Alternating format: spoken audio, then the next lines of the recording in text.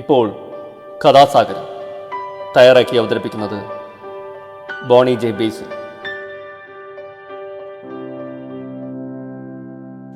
നമസ്കാരം പ്രിയ ശ്രോതാക്കളെ. അപ്പോൾ കഥാസാഗരം ഇവിടെ ആരംഭിക്കുകയാണ്. ഞാൻ ബോണിയാണ്. അതുപോലെ ഒരു കഥയുമായിട്ട് ഞാൻ എത്തിയിരിക്കുകയാണ്. എല്ലാവരും ആകാംക്ഷയോടെ കാത്തിരിക്കുകയായിരിക്കും കഥ കേൾക്കാനായിട്ട്. കഥ പറയുന്നതിന് മുമ്പ് കഥാസാഗരത്തെക്കുറിച്ച് ഒരു വാക്ക്. കഥാസാഗരം കഥകളുടെ പരിപാടിയാണ്. ഓരോ എപ്പിസോഡിലും ഓരോ കഥ കേൾക്കാം. നാടോടി കഥകളും മുത്തച്ഛി കഥകളും ഇതിഹാസ കഥകളും പുരാണ കഥകളും ഐതിഹ്യങ്ങളും എല്ലാം ഇതിലൂടെ കടന്നു വരുന്നു. കഥ മാത്രമല്ല, അവസാനം കുറച്ച് വർത്തമാനമുണ്ട്. അപ്പോൾ ഇന്ന് ഞാൻ പറയാൻ പോകുന്ന കഥ അതായിരിക്കും നിങ്ങളിപ്പോൾ ചിന്തിക്കുന്നത്. ഏതായിരിക്കും? ഒരു മുത്തച്ഛി കഥയാണ്. കേരളത്തിലെ മുത്തച്ഛി കഥകൾ എന്ന് പറഞ്ഞ പുസ്തകത്തിൽ നിന്നെടുത്ത ഒരു മുത്തച്ഛി കഥയാണ്. അപ്പോൾ ഈ മുത്തച്ഛി കഥയിൽ രാജകുമാരനും രാജകുമാരിയും ഒക്കെ ഉണ്ട്. അപ്പോൾ നമുക്ക് ആ കഥ കേൾക്കാം.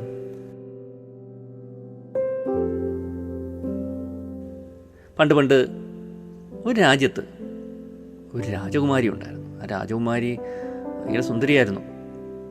നമുക്ക് ആ രാജകുമാരിയെ സുനന്ദ എന്ന് വിളിക്കാം. ഒരു ദിവസം അവൾ ഉദ്യാനത്തിലെ താമര പൊയ്കയുടെ കരയിൽ ഇരിക്കുകയായിരുന്നു. അപ്പോൾ ഉദ്യാനത്തിലെ കാഴ്ചയും താമര പൊയ്കയിലെ കാഴ്ചയൊക്കെ കണ്ട് ആസ്വദിച്ച് ഇരിക്കുമ്പോൾ ഭംഗിയുള്ള ഒരരയന്നം ആ പൊയ്കയിൽ വന്നിറങ്ങുന്നു. അത് നീന്തി രാജകുമാരിയുടെ അരികിലെത്തി മനുഷ്യരുടെ ഭാഷയിൽ ഇങ്ങനെ പറഞ്ഞു: രാജകുമാരി, ശ്രദ്ധിക്കൂ, അയൽ രാജ്യത്തെ രാജാവ് ഈ രാജ്യം ആക്രമിക്കുവാൻ പുറപ്പെട്ടിട്ടുണ്ട്. വേഗം സൈന്യത്തെ ഒരുക്കാൻ എൻ്റെ അച്ഛനോട് പറയൂ. പക്ഷേ ഒരു കാര്യം, ഞാനാണിത് പറഞ്ഞതെന്ന് മറ്റാരെങ്കിലും അറിഞ്ഞാൽ നോക്ക്, ഞാനിനി നിന്നെ കാണാൻ വരില്ല. രാജകുമാരി ഇതെല്ലാം കേട്ട് അമ്പരന്ന് നിന്നു. ഇത് യാഥാർത്ഥ്യമാണോ സ്വപ്നമാണോ? പക്ഷേ അവൾക്കിത് അനുഭവപ്പെട്ട കാര്യമാണ്, വിശ്വസിച്ചേ പറ്റൂ. അരയനം ഇത് പറഞ്ഞതിന് ശേഷം ആകാശത്തേക്ക് പറന്നുയർന്ന് എവിടേക്കോ മറഞ്ഞു. വരാൻ പോകുന്ന യുദ്ധത്തിൻ്റെ കാര്യം രാജകുമാരി അച്ഛനെ അറിയിച്ചു. ആദ്യം രാജാവിന് വിശ്വാസമായില്ല. എന്തായാലും രാജകുമാരി പറഞ്ഞതല്ലേ. അദ്ദേഹം ഉടനെ തന്നെ സൈന്യത്തെ ഒരുക്കി നിർത്തി. അധികം വൈകാതെ അയൽ രാജ്യത്തെ രാജാവ് ആക്രമിക്കാനെത്തി. രാജകുമാരിയുടെ അച്ഛൻ്റെ സൈന്യം അവർക്ക് നേരെ ആഞ്ഞടിച്ചു. അങ്ങനെ അയൽ രാജ്യത്തെ രാജാവ് തോറ്റോടി. രാജാവ് തൻ്റെ പുത്രിയെ അഭിനന്ദിച്ചു. മകളെ, നീ മിടുക്കിയാണ്. നീയാണ് നമ്മുടെ രാജ്യത്തെ രക്ഷിച്ചത്. അല്ല, ഞാനൊന്ന് ചോദിക്കട്ടെ, ഈ ആക്രമണം മുൻകൂട്ടി നീ എങ്ങനെയാണ് അറിഞ്ഞത്? അതിനുള്ള ഉത്തരം രാജകുമാരി പറഞ്ഞില്ല. എങ്ങനെ പറയും അല്ലേ? പറഞ്ഞാൽ പിന്നെ വരില്ലെന്നല്ലേ അരയനം പറഞ്ഞിരിക്കുന്നത്.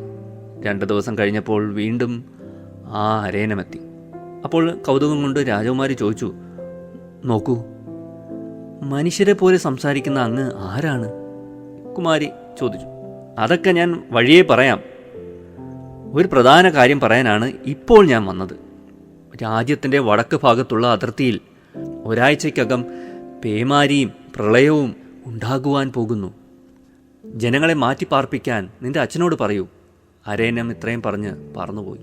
അരയന്നം പറഞ്ഞതുപോലെ അവിടെ കടുത്ത പേമാരിയും പ്രളയവും ഉണ്ടായി. എന്നാൽ വേണ്ടത്ര മുൻകരുതലുകൾ എടുത്തതുകൊണ്ട് ആർക്കും ഒരപകടവും ഉണ്ടായില്ല. പുത്രിയുടെ കഴിവിനെ രാജാവ് പ്രകീർത്തിച്ചു. ഇതൊന്നും കൊട്ടാരത്തിലെ മന്ത്രിക്ക് ഇഷ്ടമായില്ല കേട്ടോ. മന്ത്രിയുടെ മനസ്സിൽ മറ്റൊരു പദ്ധതിയായിരുന്നു. ആൺമക്കളില്ലാത്ത രാജാവിനെ വധിച്ച് രാജ്യം കൈക്കലാക്കണമെന്നായിരുന്നു മന്ത്രിയുടെ ചിന്ത. അത്ഭുത ശക്തിയുള്ള രാജകുമാരി തൻ്റെ ചിന്ത അറിഞ്ഞാൽ അപകടമാണ്. അതിനു മുമ്പ് അവളെ വകവരുത്തണം. കുമാരി കാര്യങ്ങൾ മുൻകൂട്ടി കാണുന്നത് എങ്ങനെയെന്ന് അറിയുക തന്നെ. ഒരു നാൾ അരയന്നം താമര പൊയ്കയിൽ ഇറങ്ങി. രാജകുമാരി വേഗം പൊയ്കയുടെ കരയിലെത്തി. ഇതെല്ലാം മന്ത്രി ഒളിഞ്ഞിരുന്ന് കാണുന്നുണ്ടായിരുന്നു. അരയന്നം പറഞ്ഞു: കുമാരി, നിങ്ങളുടെ മന്ത്രി ചതിയനാ. അയാൾ നിന്റെ പിതാവിനെ വധിക്കാൻ തക്കം പാർത്തിരിക്കുകയാണ്. ഇപ്പോൾ തന്നെ അയാൾ നമ്മെ ഒളിഞ്ഞിരുന്ന് ശ്രദ്ധിക്കുന്നുണ്ട്. ഇത് കേട്ട രാജകുമാരി തിരിഞ്ഞു നോക്കിയപ്പോൾ അതാ നിൽക്കുന്നു മന്ത്രി. ഉടൻ ഇവളെ വകവരുത്തണം, മന്ത്രി കരുതി. ഒരൊറ്റ കുതിപ്പിന് അയാൾ രാജകുമാരിയെ വെട്ടാനായി വാൾ വീശി. അരയന്നം പെട്ടെന്ന് പറന്നു വന്ന് ആ വെട്ട് തടുത്തു. അത് ചിറകറ്റ് നിലംപതിച്ചു. രാജകുമാരിക്ക് സഹിക്കാൻ കഴിഞ്ഞില്ല. അവൾ അതിനെ വാരിയെടുത്തു. അവളുടെ കണ്ണുനീർ അതിൻ്റെ പുറത്ത് ഇറ്റുവീണു. ആ നിമിഷം മന്ത്രിയും രാജകുമാരിയും ഞെട്ടി. അവർക്ക് മുമ്പിൽ അതാ സുന്ദരനായ ഒരു രാജകുമാരൻ വാളുമായി നിൽക്കുന്നു. അടുത്ത നിമിഷം രാജകുമാരൻ മന്ത്രിയെ ചാടിവെട്ടി. മന്ത്രി നിലം പതിച്ചു. രാജകുമാരൻ കുമാരിയോട് പറഞ്ഞു, ഞാൻ ഒരിക്കൽ നായാട്ടിന് വന്നപ്പോൾ ഒരു അരയന്നത്തെ കൊന്നു. ഒരു മുനിയുടെ അരയന്നമായിരുന്നു അത്. ആ മുനിയാണ് എന്നെ ശപിച്ച് അരയന്നമാക്കിയത്. ഇപ്പോൾ കുമാരിയുടെ കണ്ണുനീർ വീണപ്പോൾ ശാപമോക്ഷം കിട്ടി. വിവരമറിഞ്ഞ് രാജാവെത്തി. കാര്യങ്ങളെല്ലാം അറിഞ്ഞ് രാജാവ് രാജകുമാരിയെ ആ രാജകുമാരന് തന്നെ വിവാഹം കഴിച്ചു കൊടുത്തു. ഇത്രയുമാണ് കഥ.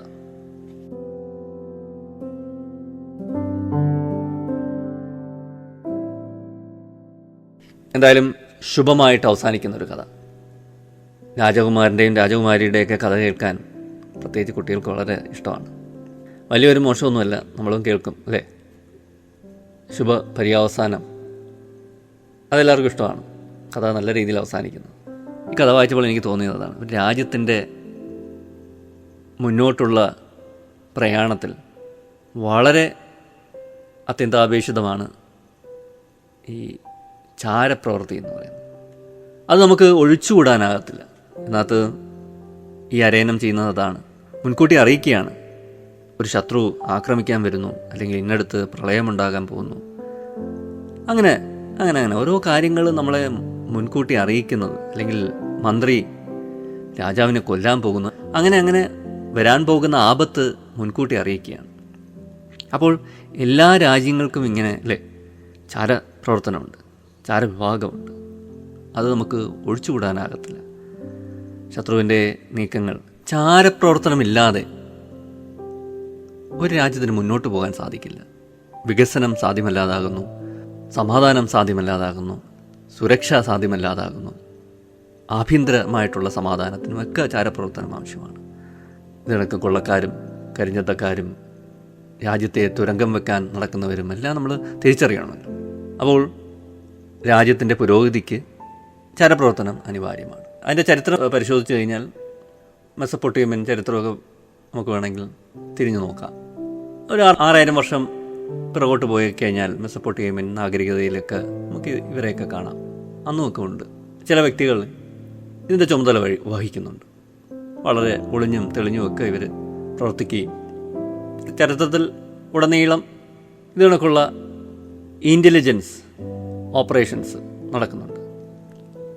അതായത് രഹസ്യ അന്വേഷണ പ്രവർത്തനങ്ങൾ നടക്കുന്നുണ്ട്. അവർ ഇത് കണക്ക് ആൾക്കാരെ നിരീക്ഷിച്ചും പഠിച്ചും പിന്തുടർന്നുമൊക്കെ കാര്യങ്ങൾ ഗ്രഹിക്കും, ശേഖരിക്കും, വാർത്തകൾ ശേഖരിക്കും, വ്യക്തികളെക്കുറിച്ചുള്ള അറിവുകൾ ശേഖരിക്കും, അതൊക്കെ വിലയിരുത്തും. എന്നിട്ട് അതിനകത്ത് വളരെ പ്രധാനപ്പെട്ട ആ കണ്ടെത്തലുകൾ അവർ ഉന്നതങ്ങളിൽ അറിയിക്കും അല്ലേ. അങ്ങനെയൊക്കെയാണ് ടെറർ പ്രവർത്തനം എന്ന് പറയുന്നത്. വേഷം മാറിയും ജനങ്ങളുടെ ഇടയിൽ പ്രവർത്തിച്ചും ഒക്കെ ഇത്തരം വിവരങ്ങൾ ശേഖരിക്കും. ഈജിപ്തിൽ കാണാം നമുക്ക് 1000 BC മുതൽ ഇങ്ങോട്ട് ഈജിപ്തുകാർ ഇതിന് വലിയ പേരിട്ടവരായിരുന്നു. അവർ വിദേശത്തുള്ള വിവരങ്ങളെല്ലാം ശേഖരിക്കും.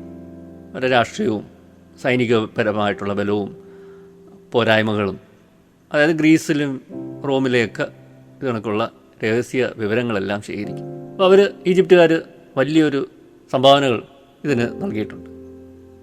നമ്മുടെ തിരുക്കുറലും അർത്ഥശാസ്ത്രയും എല്ലാം ഇതിനെക്കുറിച്ചൊക്കെ അല്ലേ, ചാരപ്രവർത്തനത്തെക്കുറിച്ചുള്ള ചാരന്മാരെക്കുറിച്ചുമൊക്കെ രഹസ്യ അന്വേഷണത്തെക്കുറിച്ചൊക്കെ പറയുന്നുണ്ട്. നമ്മുടെ ഇന്ത്യയിലെ ഏജൻസികൾ എന്തൊക്കെയാണ് പലർക്കുമൊക്കെ അറിയായിരിക്കും. ഇൻ്റലിജൻസ് ബ്യൂറോ ഉണ്ട്, റോ എന്ന് പറയുന്നത്, റിസർച്ച് ആൻഡ് അനാലിസിസ് വിങ് എന്നോ മറ്റുമൊക്കെ പറയുന്നത് അല്ലേ. അപ്പോൾ അങ്ങനെയൊക്കെ ഉണ്ട്. ചാരപ്രവർത്തനത്തെക്കുറിച്ച് പറയുമ്പോൾ ആശയങ്ങൾ കൈമാറാനായിട്ട് അല്ലേ ചില കോഡുകളൊക്കെ എഴുതുന്നത്, അല്ലെങ്കിൽ ആശയം മറച്ചു വെക്കുന്നത് ചില പ്രത്യേക രീതിയിലൊക്കെ കോഡുകൾ വഴി ഒക്കെ ആശയ കൈമാറ്റം നടത്തുക, അല്ലെങ്കിൽ ഭാഷകൾ ഉണ്ടാക്കുക, പ്രത്യേക ഭാഷകൾ ഉണ്ടാക്കുക അല്ലെ. അങ്ങനെയൊക്കെ പല മാർഗങ്ങളുമൊക്കെ അവർ സ്വീകരിച്ചിരുന്നു. ഈ ഈജിപ്ഷ്യൻ ചാരന്മാർ പ്രത്യേകതരം വിഷങ്ങളൊക്കെ അവർ ഉപയോഗിച്ചിരുന്നത് വളരെ വ്യാപകമായിട്ട്. അത് സസ്യങ്ങളിൽ നിന്ന് എടുത്തതാകാം, അല്ലെങ്കിൽ പാമ്പുകളിൽ നിന്നൊക്കെ ശേഖരിച്ചതാകാം. മറ്റ് ശത്രുക്കളെ കൊല്ലാനും അവരെ ഉന്മൂലനം ചെയ്യാനും തകിടം മറിക്കാനും ഒക്കെ ഇത്തരം പ്രവൃത്തികളൊക്കെ അവർ അല്ലെങ്കിൽ ഇത്തരം മാർഗങ്ങളൊക്കെ അവർ ഉപയോഗിച്ചിരുന്നു. ഈ കഥയിൽ ചാരപ്രവർത്തനത്തെക്കുറിച്ച് പറഞ്ഞപ്പോൾ ഇതൊക്കെ ഒന്ന് സൂചിപ്പിച്ചതാണ്. നമ്മുടേതൊരു ചെറിയ സംസ്ഥാനമാണ്. ചെറിയതാണെന്നും പറഞ്ഞ് നമ്മൾ പിറകോട്ടൊന്നുമല്ല കേട്ടോ. ഇപ്പോൾ വന്ന റിപ്പോർട്ടുകൾ അനുസരിച്ച് ഇന്ത്യയിൽ ഡൽഹി, മുംബൈ, ചെന്നൈ ഉൾപ്പെടെയുള്ള വൻ നഗരങ്ങളെക്കാൾ ജീവിക്കാൻ മികച്ചത് തിരുവനന്തപുരം, കോട്ടയം, തൃശ്ശൂർ, കൊച്ചി നഗരങ്ങളാണെന്ന് Oxford Economics Global Cities Index വ്യക്തമാക്കുന്നുണ്ട്. ഇതിനോടനുബന്ധിച്ച് ഞാനൊന്ന് സൂചിപ്പിച്ചതാണ്. ഈ കഥയുമായിട്ട് ഇതിന് ബന്ധമൊന്നുമില്ല. സാമ്പത്തിക സാഹചര്യങ്ങൾ, മനുഷ്യ മൂലധനം, ജീവിത നിലവാരങ്ങൾ, പരിസ്ഥിതി, ഭരണം എന്നീ 5 മേഖലകളിൽ പഠനം നടത്തിയാണ് ഈ ഓക്സ്ഫോർഡ് എക്കണോമിക്സ് ലോകത്തിലെ 1000 നഗരങ്ങളെ ഉൾപ്പെടുത്തി സൂചിക തയ്യാറാക്കിയത്. ഇതിൽ ജീവിത നിലവാരം എന്ന ഘടകത്തിലാണ് കേരളത്തിലെ നഗരങ്ങൾ ഇന്ത്യൻ നഗരങ്ങളുടെ പട്ടികയിൽ മുന്നിലെത്തിയത്. തലസ്ഥാന നഗരിയായ ഡൽഹിയും സാമ്പത്തിക തലസ്ഥാനമായ മുംബൈയും രാജ്യത്തിൻ്റെ IT ആസ്ഥാനമായ ബംഗളൂരും വരെ ജീവിത നിലവാര സൂചികയിൽ തിരുവനന്തപുരത്തിനും കോട്ടയത്തിനും തൃശ്ശൂരിനും കൊച്ചിക്കും പിന്നിലാണ്. നഗരങ്ങളിലെ സാമ്പത്തിക, ആരോഗ്യ, സുസ്ഥിതി, ജീവിത സൗകര്യങ്ങളുടെ ലഭ്യത, കുടിയേറി പാർക്കാൻ പ്രേരിപ്പിക്കുന്ന ആകർഷകത്വം, താമസച്ചെലവ് കുറവ്, വിനോദ സാംസ്കാരിക അവസരം, ഇൻ്റർനെറ്റ് സ്പീഡ് എന്നിവയൊക്കെ കണക്കാക്കി തയ്യാറാക്കിയ പട്ടികയിൽ തിരുവനന്തപുരത്തിൻ്റെ ആഗോള റാങ്ക് 748, കോട്ടയം 753, തൃശ്ശൂർ 757, കൊച്ചി 765, ഡൽഹി 838, ഹൈദരാബാദ് 882, ബാംഗ്ലൂർ 847, മുംബൈ 915. മൊത്തം റാങ്കിങ്ങിൽ ഡൽഹിയുടെ ആഗോള സ്ഥാനം 350, ബാംഗ്ലൂർ 411, മുംബൈ 427, കൊച്ചി 521, തൃശ്ശൂർ 550. മറ്റ് കേരള നഗരങ്ങൾ 600-ന് താഴെയാണ്. പട്ടികയിൽ 1-ാം സ്ഥാനത്ത് ന്യൂയോർക്കാണ്. അപ്പോൾ അതാണ് കണക്ക്. കുറച്ച് അറിവ് ഈ കഥയോടനുബന്ധിച്ചാകട്ടെ എന്ന് കരുതി പറഞ്ഞതാണ്. അപ്പോൾ ഇന്നത്തെ കഥാസാരം ഞാനിവിടെ അവസാനിപ്പിക്കുന്നു. അടുത്ത എപ്പിസോഡിൽ കാണാം പുതിയൊരു കഥയും പുതിയ കുറച്ച് വിശേഷങ്ങളുമായി. ഇത്ര നേരം എന്നെ കേട്ടിരുന്ന എല്ലാവർക്കും നന്ദി, നമസ്കാരം. Signing off, Boney.